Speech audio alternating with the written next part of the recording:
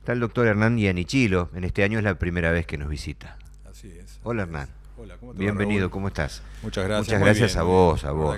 que es un gusto compartir este espacio. Es con un ustedes, placer con enorme. Mauricio, así que ¿Sabés que nos ve gracias por un la tal invitación. Pablo Iannichilo? De algún lado lo sabes. ¿Lo ubicas? Algunos años compartidos hemos tenido, Bueno, casi como 50. Pablo, beso. Araceli también nos ven, siempre hay comentarios y seguramente van a estar comentando algo. Además, gracias porque estás entre el hospital y el consultorio. Y sí, En este ahí bachecito grabamos. haciéndonos un espacio, pero bueno, la verdad que no podía faltar. Sí, los médicos siempre andamos un poco corriendo, pero bueno, es un gusto poder hablar de promoción de la salud, ¿no? Sin Así involucrarnos en la política. El hospital, estás en el Posadas, ya lo sabemos. Estoy en el Posada, ya luchando hace como varios siempre. años, luchando, atendiendo a la gente, cambiando un poco las autoridades. Es un hospital que está muy imbuido por la política, así que bueno, van cambiando las autoridades, pero los médicos siempre estamos ahí asistiendo y atendiendo y haciendo lo necesario dentro de lo posible para la población, que es una población muy grande la que atiende el hospital. Con el advenimiento de cada autoridad nueva, los reúne a los profesionales, les cuenta la política a llevar. En general sí, estas nuevas autoridades se han reunido con las jefaturas y han planteado un poco cuál es el proyecto, que estamos de acuerdo con ese proyecto. Vamos a ver si ojalá se cumplan, ¿no? Todas estas cosas que muchas veces son deseos, esperemos que llegue a la realidad, todas estas cosas que siempre se son noticia los casos extremos, ¿no? Digo, bien vale contar que, bueno, queman autos en el estacionamiento. ¿Te preocupa? ¿Cómo vivís estos momentos? Como médico donde vos vas todas las mañanas, ¿allí? Sí, no, la verdad que es un problema, ¿no? La inseguridad que se vive en el hospital, que no está exenta a la inseguridad que se vivimos afuera, ¿no? Pero bueno, adentro del hospital también es increíble, pero bueno, dentro del predio suceden a veces cosas, robos, bueno, este caso de incendio de un auto que todavía no sabemos bien cuál fue la causa, pero bueno, sí, son cosas que realmente preocupan a toda la comunidad médica y a los pacientes también, ¿no? A la población que va también, ¿no? No escapa el paro y 100, Mauricio. No digo, me decían las guardias que nos tocan hacer son complicadas, donde sí, no pedimos policía para que nos resguarde por la violencia. Además, fundamentalmente el tema de la violencia física que claro. hacen los profesionales. Vos te imaginás en una época donde hay mucha demanda, porque hay mucha patología respiratoria y demás, y hay mucha gente. Pero también lo que dice Hernán, el tema de robos dentro del hospital, un lugar insólito, porque puede haber robarse en cualquier lugar, pero el hospital, la gente donde va a recurrir a solucionar su problema de salud, viene enferma, con dolores, para cómo eso, sufrir va por un mal, claro, no va sufrir realmente una consecuencia no deseada dentro del ámbito del hospital es insólito. La verdad que el hospital tiene que ser un templo, tiene que ser un lugar sagrado, un lugar donde hay que tener mucho respeto. ¿Te acordás de la imagen esa de la enfermera pidiendo el silencio? Un poco es eso, ¿no? A ver, cierro con esto, le pregunto a los dos. ¿Tiene vigilancia privada y no? Pregunto. No. Solamente policía, digamos, de la provincia que están delegada, y bueno, ahora realmente hay una gran cantidad y eso ha disminuido un poco todo el tema de violencia y también el tema de inseguridad. A nosotros también había robo de gomas, de neumáticos. Sí. Bueno, eso un poquito se ha... Sí, en el hospital tenemos seguridad privada, está gendarmería también desde hace un tiempito, y también está la policía, ¿no?, de la provincia. Pero bueno, un poco como decía Mauricio, uno tiene que estar trabajando, lo ideal sería un ambiente de tranquilidad, paz. No solamente para el paciente, que es el sufriente, sino para el médico, que tiene que estar enfrentando una situación de enfermedad. Cuando uno no puede lograr trabajar en ese ámbito, y bueno, la cosa se complica más, ¿no? Pero bueno. Y te interrumpí recién, sobre todo un hospital como el Posadas, que atiende tantísima gente, no sé el volumen, pero confluyen realmente de distintos lugares. El área que abarca el hospital es muy grande y bueno, también es un centro de derivación de otros hospitales periféricos, así que sí, la cantidad de gente que se atiende es muy grande y ha ido en aumento, ¿no?, en este último tiempo, claramente, ¿no? Sí. Mauricio, vamos a empezar. Vamos a hablar del tema de... hay muchas campañas, hubo realmente de cáncer de colon, creo que en los últimos años se ha intensificado eso. ¿Eso se ha llevado a la práctica? O sea, ¿la gente ha concientizado eso? ¿Pide o demanda hacer algún tipo de tratamiento preventivo o diagnóstico del problema de cáncer de colon? Sí, coincido. En el último tiempo yo he notado que han aumentado las campañas, ¿no?, de de promoción de la salud, sobre todo el tema de cáncer de colon. Y esto por lo menos ha instalado la idea en la población de que, bueno, que es una enfermedad que se puede llegar a prevenir y que, digamos, ha motivado la consulta. Por ahí la gente no sabe bien qué es lo que se tiene que hacer, qué estudios se tienen que hacer. Lo vas a ver hoy después de este programa, claro. Caramba. O si tiene que ir al especialista o al médico de cabecera. Pero, digamos, lo que yo he visto en estos últimos años es que por lo menos se ha instalado la idea en parte de la población. Y esto ha motivado, sí, a una consulta o a demandar la respuesta de algunas dudas. Así que por lo menos eso, y eso creo que es fundamental, no es poca cosa que aparezca la pregunta en la población, ¿no? ¿Qué hago yo con mi intestino a partir de determinada edad? Además estás diciendo algo importantísimo, se puede prevenir. Exactamente, se puede prevenir y cuando está, se puede curar si uno lo detecta precozmente, ¿no? Así que se ha avanzado que dentro mucho. de la tabla de jerarquía por la cantidad de casos, mama, pulmón, colon, ¿puede ser?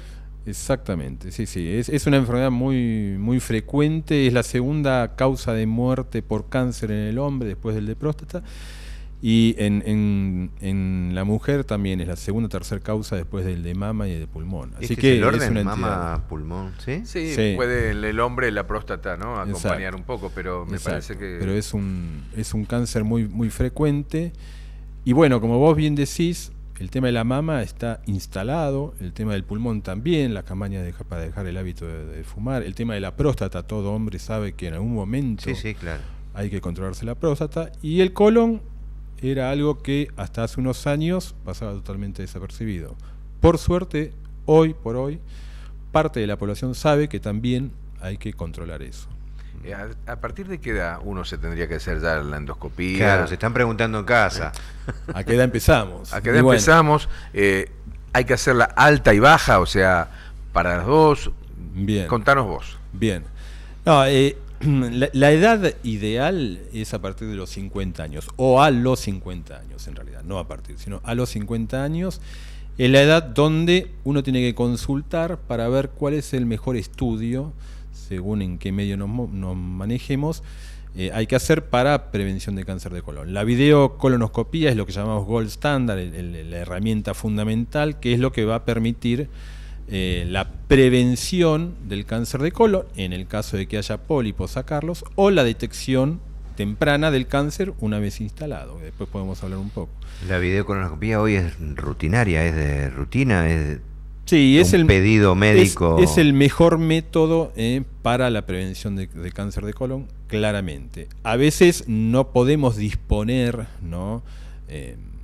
Tal vez en nuestro medio sí, en hospitales grandes, en centros privados, pero hay algunas otras zonas del país que por ahí no disponen de videocolonoscopio como para realizar este procedimiento en toda la población. Entonces por ahí hay alternativas, tal vez no tan eficaces, pero bueno, hay alternativas.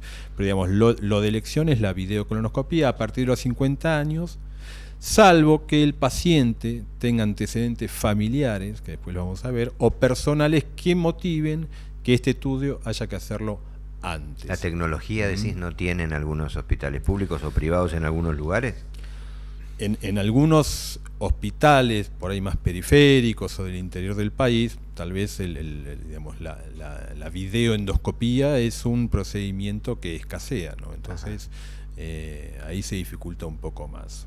Pero digamos, en nuestro medio uno tiene alcance a realizar estos estudios, ¿no? Esto a nivel público, pero a nivel privado también está garantizado por todas las prepagas, las obras sociales. O sea, es un estudio, es un estudio preventivo y reconocido. Exactamente. Y me parece que justamente no es que sean gratificantes o que realmente la gente, las prepagas lo promocionen, fundamentalmente porque también ahorrarían gastos, porque una cosa es hacer un tratamiento, un diagnóstico preventivo, y otra cosa es hacer el tratamiento ya de algo instalado. Exactamente.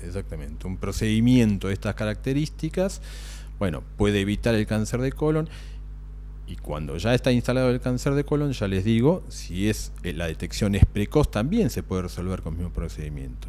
Si dejamos pasar más tiempo y nos enfrentamos ya a un cáncer instalado, si vamos a hablar de costos, los costos son muchísimo más altos, ¿no?, que si uno hace la prevención de la salud. Así que obviamente las obras sociales y las prepagas lo reconocen claramente. Te instalaste en los 50 años, pero teniendo algún antecedente, teniendo algún síntoma o teniendo la edad. Ahora entramos en la gráfica en el otro bloque, pero digo, esto es un dato Todos. a la consulta. ¿Todos? Todos. Confluyen todos. Todos a los 50 años, tengamos antecedentes o no, tengamos síntomas o no, tenemos que consultar para hacernos una videocolonoscopía, ¿tá? Porque, repito, vamos a estar buscando la lesión precursora del cáncer de colon que no va a dar síntomas, no da síntomas, así que tenemos que ir a buscar. Con más razón. Claro, tenemos que ir a buscar. ¿Y con qué periodicidad después, Hernán?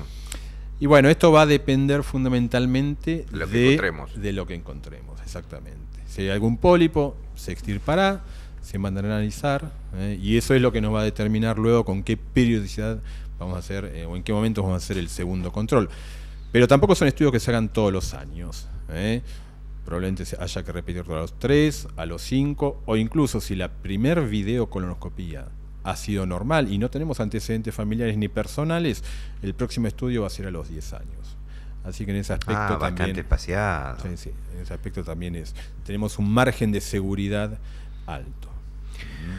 No, acá algunos decían que no es solamente el antecedente familiar de algo gastrointestinal, sino también derivado de algún otro tejido, ¿no? Si tuvieron o cáncer de mama o cáncer de ovario, ¿hay alguna vinculación con ese tipo de...? Sí, hay determinados cánceres que se asocian al cáncer de colon, así que uno como médico en la primera consulta lo que tiene que hacer es, como en toda patología, un adecuado interrogatorio y ver bien los antecedentes familiares y ver qué tipo de cánceres, si ha sido cáncer ginecológico, porque los cánceres ginecológicos en familiares también se pueden asociar, así que es importante no solamente el antecedente de cáncer de colon en el familiar, sino si ha tenido otros cánceres como puede ser el cáncer ginecológico. Es un resumen, pero son las preguntas más frecuentes, ¿no? Todo lo que la gente te llega a partir de tu consultorio. Son las preguntas que uno recibe en el consultorio y es lo que queremos un poco aclarar hoy. Cuando hablamos de colon, el colon básicamente es la última parte del tubo digestivo. Después del intestino delgado viene el intestino grueso o colon. Por eso cuando ustedes escuchen videocolonoscopía, es la observación del colon a través de un aparato que es un endoscopio. Y el tubo digestivo, el colon fundamentalmente, la función que cumple es la de reabsorber agua y formar la materia fecal, las heces, que es lo que vamos a terminar evacuando. Estamos hablando de una patología lamentablemente muy frecuente. Hay 11.000 casos nuevos por año de este tipo de tumor, y tengan en cuenta que son 18 muertes por día que se producen por esta enfermedad en nuestro país. Estas son cifras de Argentina. Altísimo. Es altísimo. Lamentablemente sigue siendo muy alta. Esperemos que con esta concientización que uno va haciendo y que la población va teniendo, esperemos que de aquí a unos años se vea reflejado un descenso significativo de la enfermedad, de la frecuencia, ¿no? Y un poco cuando hablamos de riesgos en el bloque anterior, ¿todos tenemos el mismo riesgo? No, claramente hay población, hay personas que van a tener un mayor riesgo que la población en general, y básicamente son aquellos que han tenido pólipos en estudios anteriores, ¿tá? Por eso decíamos que esos pacientes seguramente los vamos a controlar antes, aquellos que han tenido familiares con pólipos o cáncer de colon, esos pacientes también va a haber que controlarlos un poco más de cerca, y fundamentalmente aquellos pacientes que tienen enfermedades inflamatorias del intestino, que se conocen como colitis ulcerosa y enfermedad de Crohn, que son enfermedades que predisponen a la aparición de este tipo de tumores, así que esos pacientes también se van a tener que controlar un poco más de cerca. Ahora, nadie está exento, lamentablemente, a esta enfermedad. Hay que tener en cuenta que solamente un 25% de los pacientes con cáncer de colon ha tenido algún antecedente de esta enfermedad, y el 75% de los pacientes con cáncer de colon no ha tenido ningún tipo de antecedente, ni familiar ni personal, o sea que la mayoría no ha tenido nada antes. Así que igual hay que controlarse. Hernán, la gente que tiene el colon irritable, esa sensación, digamos, de diarreas y demás que se produce ante el estrés o ante una situación, digamos, que lo puede conmover, ¿eso también es un condicionante o puede ser factor como para... Sí, ¿Predisponente? No, para llegar un poco de tranquilidad, porque el síndrome de intestino irritable es un cuadro muy frecuente, muy frecuente, y la verdad que es una enfermedad que no aumenta el riesgo de cáncer de colon, así que en este punto, bueno, la gente se puede quedar tranquila. Igual obviamente hay que consultar para que el profesional llegue al diagnóstico de que es realmente un síndrome de intestino irritable, pero una vez que nos han hecho el diagnóstico de colon irritable o síndrome de intestino irritable, bueno, saber que esa enfermedad no va a predisponer a cáncer de colon. Así que bueno, un poco acá lo que claro, hablamos, esto es lo que se pregunta, ¿qué síntomas? Exacto, a ver, ¿qué me moviliza a ir? Porque, viste, estamos bárbaros, es silente, decías vos. Sí, lo ideal es que obviamente uno consulte sin tener síntomas a la edad que corresponde, que es a los 50 años. Pero escucharon, veces, ¿no? Porque no lo hacemos, claro, aunque no los tenga. Pero a veces, bueno, hay síntomas que motivan la consulta, ¿no? Que no siempre significa que estos síntomas tengan que ver con el cáncer, pero sí son síntomas que motivan la consulta. Una es el sangrado en las deposiciones. El sangrado en las deposiciones o evacuaciones, bueno, es algo que nos tiene que alarmar y que tiene que motivar claramente la consulta. Por otro lado, no todos los sangrados en materia fecal significa cáncer de colon, tranquilidad también en ese aspecto, la mayoría tiene que ver con hemorroides, con algún otro tipo de patología, pero ojo, eso lo va a determinar el profesional. Sangrado hay que consultar. Y si alguien dice, bueno, pero no es continuo el sangrado, es de vez en cuando, no es necesario la consulta. Sí. Que eso mejor lo decida el médico. Bien. Que no sea esa responsabilidad se la dejamos al médico. Si notamos algún cambio en el ritmo evocatorio, eso también es importante. Si uno está acostumbrado a ir cada tanto al baño y bueno, notó que aumentó la frecuencia o al contrario, disminuyó la frecuencia de la ambas pueden ser o más veces o ambas pueden ser. Hay una entidad que se llama pseudodiarrea, que a veces parece que uno ha ido muchas veces de cuerpo y en realidad es una pseudodiarrea. Bueno, estos cambios en el ritmo evacuatorio también tienen que motivar la consulta. Los dolores abdominales, la anemia es un signo bastante característico, una anemia que no le encontramos la causa, bueno, puede llegar a ser motivo. Y bueno, obviamente la pérdida de peso inexplicada también tiene que motivar la consulta porque puede ser un signo, ¿no?, de este tipo de enfermedad. ¿Sangre en materia fecal es fácil de identificar para cualquiera que nos está mirando? La sangre en materia fecal muchas veces se ve, es algo evidente, y muchas veces es oculta. Sangre oculta en materia fecal, uno no se da cuenta, eso se determina a través de análisis de laboratorio, a ver si hay sangrado oculto microscópico, y por ahí el sangrado oculto lo que nos va a generar es anemia. Yo tengo un tanque que tiene pérdidas pequeñas de líquido, bueno, en algún momento me voy a dar cuenta porque el nivel de líquido disminuyó, bueno, un poco. Es inmediata la anemia, claro. Con el tiempo se va instalando, exacto. Y la anemia es, en personas, digamos, mayores de 50 años, es un dato importante. Ahora, como decíamos antes, ¿puede desarrollarse sin síntomas? Sí, puede desarrollarse sin síntomas, por eso tenemos que ir a buscarlo. ¿Por qué? Porque los pólipos, que como les decía en el bloque anterior, son los precursores del cáncer de colon, los pólipos no nos van a dar síntomas, ¿tá? E incluso los estadios tempranos del cáncer de colon también pueden presentarse de manera asintomática, sin síntomas o con muy poquitos síntomas. Entonces puede desarrollarse sin síntomas, por eso es que hay que consultar porque los estudios son mandatorios a determinada edad, ¿no? Vos el pólipo cuando lo extraes no solamente lo analizás macroscópicamente, o sea, en vista, sino que también se manda a analizar. Claro, exactamente.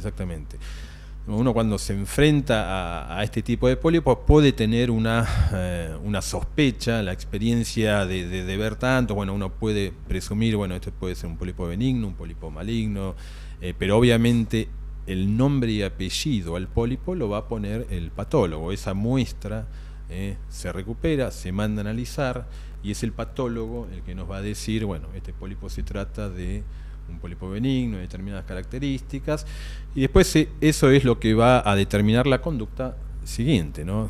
¿Qué hay que hacer con el paciente? Si se manda a operar, no se manda a operar, cómo se vigila, cómo se controla. Lo que sí, vos, todo pólipo que bebes, el pólipo lo extraes. Sí. O sea, se extrae, sí. sea 1, 2, 3, se extrae. Hay raras excepciones, digamos que hay determinados pólipos que uno sabe que por ahí están localizados en rectos, son pólipos muy chiquititos, que tienen la apariencia de ser pólipos benignos hiperplásicos, que eso... Usted ya lo sabe como médico, como claro, profesional, ya eso lo conoces. probablemente no haya que sacarlo, y después, digamos, la gran mayoría de los pólipos hay que sacarlos. La gran mayoría de las veces se hace en un primer momento, Eso, en el mismo momento. Estaba por preguntar exactamente lo mismo. Dice, bueno, primero hace un estudio, detecta pólipos, luego los quita, no en el momento. Claro.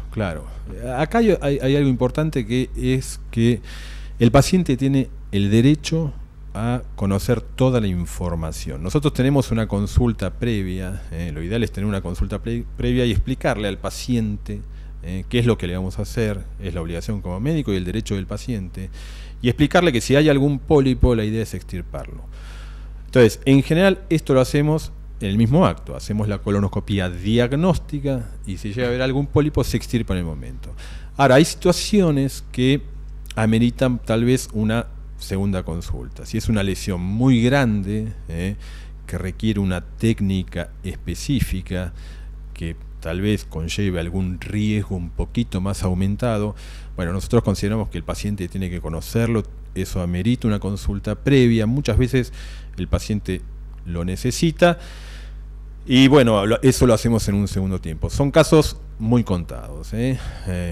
La gran mayoría de las veces la colonoscopia comienza siendo diagnóstica y termina siendo terapéutica porque sacamos pólipo que encontremos, pólipo que se extirpa. Hay un tema previo rapidito que quería, porque también es importante, lo que lo llamamos prevención primaria, ¿no? Es antes del acceso al médico. La prevención primaria es mejorar los hábitos de vida, que esto a veces pasa por alto, pero también es muy importante, ¿no? El hecho de no fumar, no tomar alcohol, tratar de hacer una dieta rica en fibras, evitando el consumo excesivo de carnes rojas fundamentalmente, y mantener un peso adecuado. La obesidad, el sobrepeso, bueno, son patologías, digamos, cuadros que digamos, están relacionados con la mayor incidencia de cáncer, ¿no? Igual que el cigarrillo y que el consumo de alcohol. Entonces, un poco hablando de prevención primaria, quería traer a la mesa eso. Y después, bueno, es ahí donde, luego en la prevención secundaria es donde tenemos que entrar los médicos, y bueno, la prevención secundaria, el gold standard, como le decía, o la herramienta de oro es la videocolonoscopía. Ahí tenemos, eso es sencillamente lo que es un endoscopio. Este es el aparato. Este es el aparato. Ajá. Es una manguerita. Sí, si tampoco lo haga tan sencillo, doctor, ¿no? Pero digamos, el endoscopio es una sonda que tiene una microcámara en el extremo y que va a transmitir esas imágenes a un monitor, ¿tá? Así que nosotros vamos a ir ingresando por el intestino y vamos a ir viendo el intestino por dentro. No sé si puede correr el video, el anterior, bueno, no importa. Pero digamos que el endoscopio tiene un canal por dentro que permite el pasaje de ciertos instrumentos que son los que nos van a permitir operar dentro del intestino, es decir, sacar algún pólipo, recortar alguna lesión. Así que no solamente vamos a estar viendo, sino que aparte podemos llegar a realizar terapéuticas durante el mismo acto. Ahí tenemos. La videocolonoscopía es un procedimiento que hoy por hoy se hace casi en la totalidad de los lugares con anestesia. Ahí marcabas el manejo de unas manijas. Exacto, tiene controles. Por ahí estamos introduciendo, eso se llama ASA o ANSA de polipectomía. Eso es lo que nos permite el extremo distal, ahora lo van a ver que sale por la punta del endoscopio, ahí está saliendo. ¿Qué te permite eso? Eso permite, ahora van a ver, se abre la instrumentadora o el asistente abre una manija y se abre ese lazo, y ese lazo es lo que permite traccionar, atrapamos el pólipo y luego eso transmite una corriente de corte, eso está conectado a una unidad de un electrobisturí, y entre corte y coagulación se corta el pedículo. Yo siempre digo, la gran mayoría de los pólipos son como un arbolito, uno lo que hace es tomar el tronco y seccionarlo. Luego se recupera, como decíamos en el bloque anterior, siempre hay que recuperar los pólipos y se manda a analizar. Y ahí se concluye el procedimiento. Recordar también... ¿Cómo se recuperan? ¿Por la misma...? A través, sí, hay una especie de red, hay muchos accesorios que... Lo ideal es que estén todas las unidades de endoscopía. Hay una serie de accesorios que permiten trabajarlo. En ese caso, lo ideal para recuperar un pólipo es un tipo de canasta que uno también pasa por a través del canal y bueno, toma el pólipo y lo recupera. Les decía también que estos estudios se hacen con anestesia, así que la anestesiología ha avanzado muchísimo en esto. Son drogas muy seguras, hechos en centros de experiencia y con personal entrenado. La verdad que la anestesia es muy segura, el paciente se recupera rápidamente, y bueno, esto permite hacer los estudios de manera ambulatoria, así que el paciente viene y a la hora y media está en el mismo rato se vuelve. Claro. Además, incluso, viste, los pacientes escuchan anestesia y ya un poco le da... Claro. No es ni siquiera una anestesia, se llama neuroleptoanalgesia, ¿no? O sea que... Se la complicó, doctor. No, porque justamente es dormirlo, una sedación suave, que uno no va a sentir absolutamente nada, ni dolor, ni molestia, y cuando se despierta, bueno, ya está, levántese y se va. Y se recupera en media hora. Muchas veces los pacientes dicen, doctor, un poquito más de dormir puede ser, porque claro, es un sueño profundo y una sensación placentera. No es una... ¿Te piden los pacientes adormecerlos un ratito más? Se lo quieren llevar al anestesiólogo, a la casa. Sí, me lo llevo a casa, Así que, no, la verdad que son procedimientos, se ha mejorado mucho en todo esto, ha avanzado mucho, no solamente en el diagnóstico, en la prevención de cáncer de colon, sino en el tratamiento. Y en estas cuestiones que tienen que ver con la neuroleptoanalgesia, las técnicas de anestesia, han permitido que estos procedimientos sean muy seguros y sean no molestos para el paciente. Y además no existe ningún tipo de dolor ni molestias.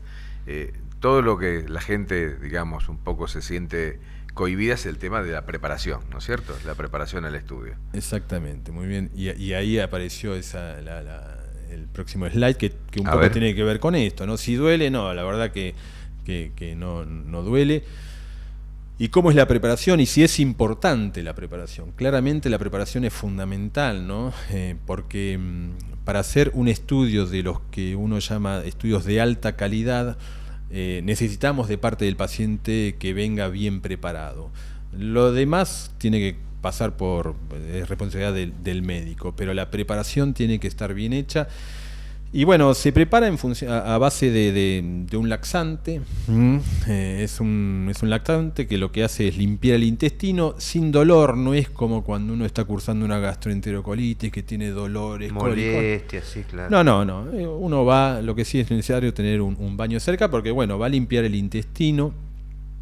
Esto es la noche anterior, digamos, o el día anterior. Exactamente. Uno comienza el día anterior con una dieta baja en residuos, que llamamos, y con abundantes líquidos. Y si el estudio lo va a hacer a la mañana, probablemente la noche anterior, alrededor de las 17 horas, va a comenzar con el tratamiento a base de laxante. A veces molesta el volumen, hay distintos tipos de limpieza. Uno es a base de un laxante de 4 litros, a veces eso es lo que incomoda un poco al paciente, pero cuando el paciente realmente entiende y comprende e incorpora la importancia de la preparación, bueno, esto debe acompañar de lado, paciente, porque claro, como yo siempre digo, estos equipos permiten detectar lesiones muy pequeñas. Es una lástima que el intestino no esté bien preparado, porque uno ya no puede darle este margen de seguridad que decíamos, 5, 10 años o 3 años. Si un intestino no está bien preparado, pueden quedar sectores sin ser bien evaluados, y bueno, eso hace que el próximo estudio sea más... ¿Querés que avancemos en algunos slides? A ver, diré si es tan amable. ¿Tenemos algún próximo? No, Hasta ahí teníamos. Había un video sobre una Ahora videocolonoscopía. lo Después, si quieren, lo vamos viendo. Así que el tema de la preparación es fundamental.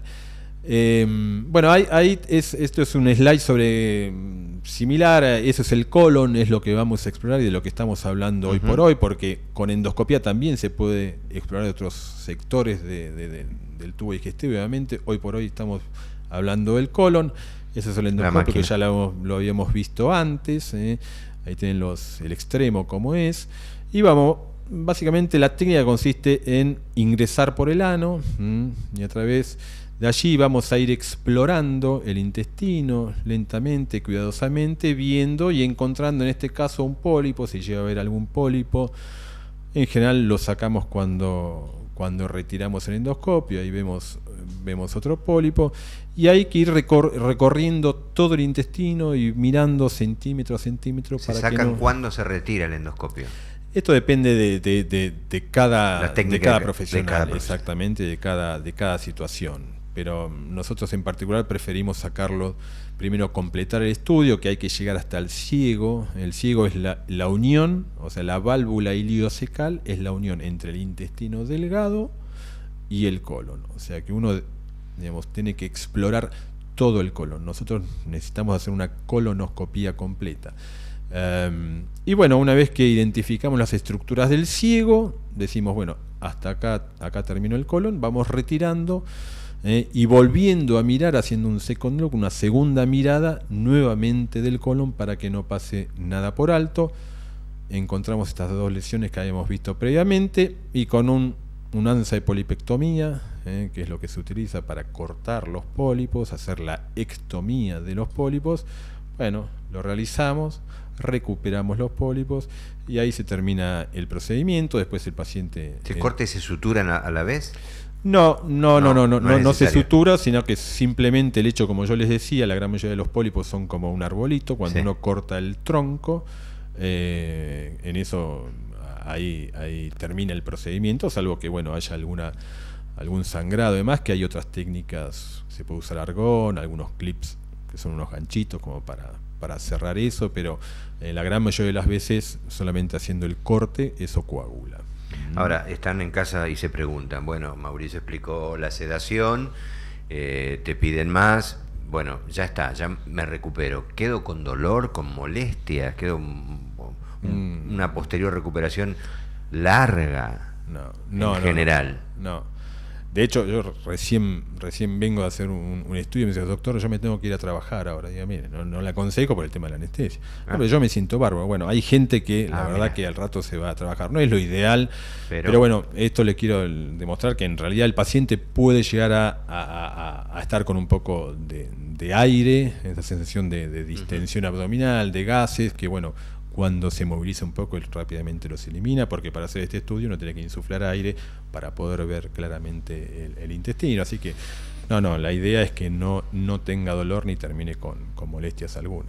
Se nos terminó el programa, doctor. Ya. Increíble. Eso quiere decir que la pasamos bárbaro. ¿Me dice en 30 segundos por qué hay que hacer el estudio previo? Porque la verdad que es una enfermedad que se puede prevenir, y es una pena no hacerlo teniendo las herramientas como para poder llevarlo a cabo.